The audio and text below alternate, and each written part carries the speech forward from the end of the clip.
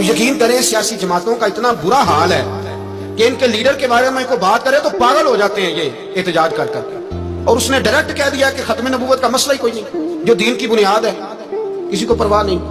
मुझे तो उन लोगों की फिक्र हो रही है जिन लोगों ने इन्हें वोट दिए, वो अल्लाह को क्या जवाब देंगे। और ये अल्लाह माशाल्लाह सारी सियासी जमातें इस तरह की। और मेरा वजीर कानून साहब को भी मशवरा है कि जिंदगी बड़ी थोड़ी है, बड़ी थोड़ी। अल्लाह सबको माफ करता है, अपने रसूल के गद्दारों को माफ नहीं करता। और यहाँ तुम्हारी गाड़ियों पे झंडे लगे हुए हैं, वहां भी तुम्हारे झंडे लगेंगे, पर इसलिए लगेंगे कि ये गद्दार है नामूस रिसालत। ये झंडे लगेंगे। शर्म करो और डर जाओ, बस कर दो।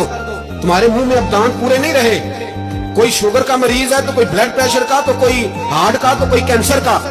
शर्म करो और अपनी कब्र की भी थोड़ी सी फिक्र करो। बताओ पाकिस्तान के कितने सदर गुजरे, वजीर आजम गुजरे, तो उनकी कब्रें कहां हैं? कोई जाता है उनकी कब्रों पे? किसी को खबर है? क्यों अपने लिए जहन्नम इकट्ठी करते हैं? सारा कुछ दुनियादारी रह गई है, सारा कुछ सिर्फ यही रह गया। हजरत अबू बकर सरदार थे, हजरत उमर सरदार थे कबीले, हजरत उस्मान सरदार थे।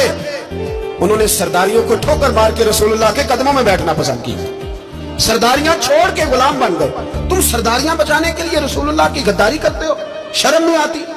और काम शिकवा है मुझे इन लोगों से जो मौलवी तो कह देते हैं तू सियासत न कर, और किसी सियासतदान को मना नहीं करते कि जब तुझे सूरत फातिहा भी नहीं आती तो तुझे किसने इजाजत दिया इतनी बड़ी बात। और मैंने पिछले से पिछले जुमे भी कहा था, फिर कहता हूं और आन दी रिकॉर्ड कहता हूं, मरज़ई कल भी काफिर थे, आज भी काफिर और कयामत तक।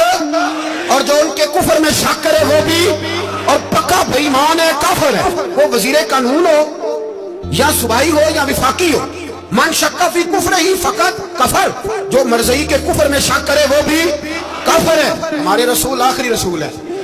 हम किसी को ये इजाजत नहीं देंगे कि वो खत्म नबूवत में रखड़ा डालने की कोशिश करे। हम किसी को ये इजाजत है। और तुमने कौम को लूटा, लूटते रहो, अब ईमान पे डाके तो ना डालो। तुम्हें दौलत लूट के पेट नहीं भरा, अब ईमान लूटना शुरू कर लिया।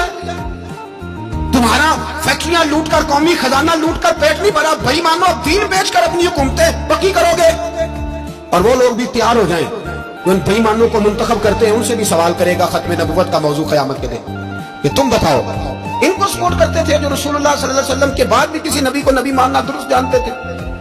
शर्म आनी चाहिए, ख्याल होना चाहिए। और मैंने कहा कि हमारा दिल नहीं चाहता, आप यकीन करें। तो हमें शौक है जुलूस निकालने का, तुम्हारे खिलाफ बातें करने का।